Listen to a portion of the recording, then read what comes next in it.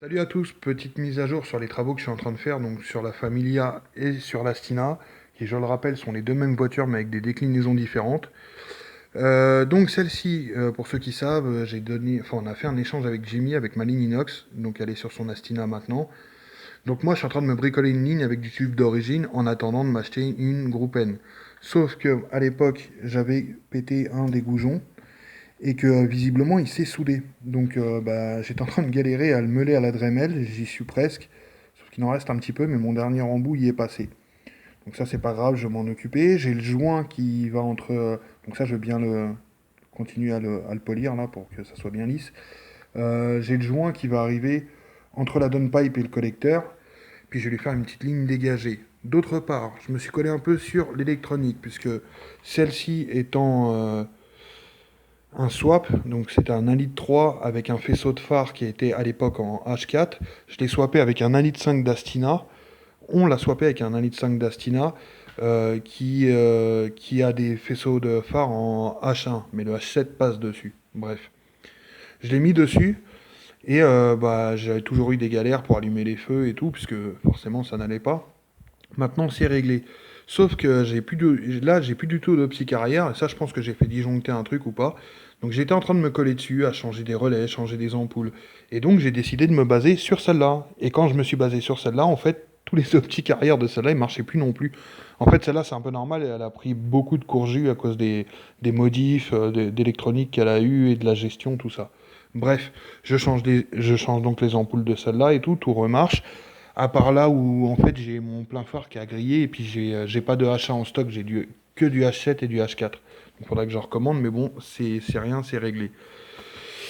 Donc du coup, j'ai réglé certains problèmes de la blanche, c'est fait. Je suis sur la ligne de celle-là. Il y a toujours le baquet qui normalement devrait arriver un jour par GT2i. Je pense que la RX8 arrivera avant que le baquet arrive. Mais bon, on verra bien. Donc les projets pour celle-là, vous le savez, hein, j'en avais parlé sur le groupe Facebook Sushi or Cheese, c'est que il y a eu les Subaru Impreza normales et les Mitsubishi Lancer normales, et il y a eu des versions très énervées de rallye qui étaient les Impreza WRX, STI, WRC, ce que vous voulez, et les Mitsubishi Lancer Evolution et tout, avec des gros kits carrosserie imposants et tout. Bah, dans cet esprit-là, je devrais avoir bientôt des élargisseurs d'ailes, plus des élargisseurs de bois pour faire ressortir les roues, lui coller un gros pare-choc avec deux grosses longues portées, un peu style dans les Evo ou les Mazda 323 GTR, et lui mettre certainement quatre longues portées sur le capot, l'antenne WRC pour les engins enfin les engins, les appareils de communication. Voilà, un pare-choc un peu plus offensif. Et alors ça, je suis censé les décaper, les reconditionner bien et les revendre, ou alors les poser dessus. Mais j'avoue que pour du rallye, je les déconseille. Pour du rallye ou de la course de côte. Mais bon, on verra. Dans tous les cas, on en est là pour ça. Celle-ci, elle avance au niveau de la ligne, elle a son baquet qui arrive. Celle-ci, j'ai réglé quelques petits trucs électriques. Il me reste plus qu'à régler le problème pourquoi l'essuie-glace ne fonctionne plus. Ça a disjoncté, ça aussi. Et bon, et pour le démarreur, bah, il faut que j'en recommande un, mais ça sera pas tout de suite.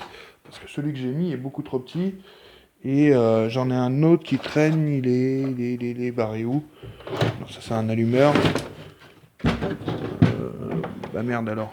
Bah, il est barré dans le coin. Bah il va pas non plus. Donc bref. Donc voilà, on en est là. C'était pour donner des petites nouvelles des travaux. N'hésitez pas à faire pareil. Patrick, n'hésite pas à poster tes vidéos qui sont dans le thème. Euh, voilà. C'est c'est à peu près tout. Je suis un peu sur tous les fronts. Si, je suis en train de m'occuper un petit peu du bloc 1,8 litre qui va aller dans la Familia et qui va être très certainement en turbo pour rester dans cet esprit-là. Justement, bah, on ne peut pas les laisser en 1,5 litre 90, même si elle fait plus tout à fait 90, pour une version un peu plus énervée, sachant qu'elle est déjà sortie avec ce 1,5 litre en 90, donc voilà.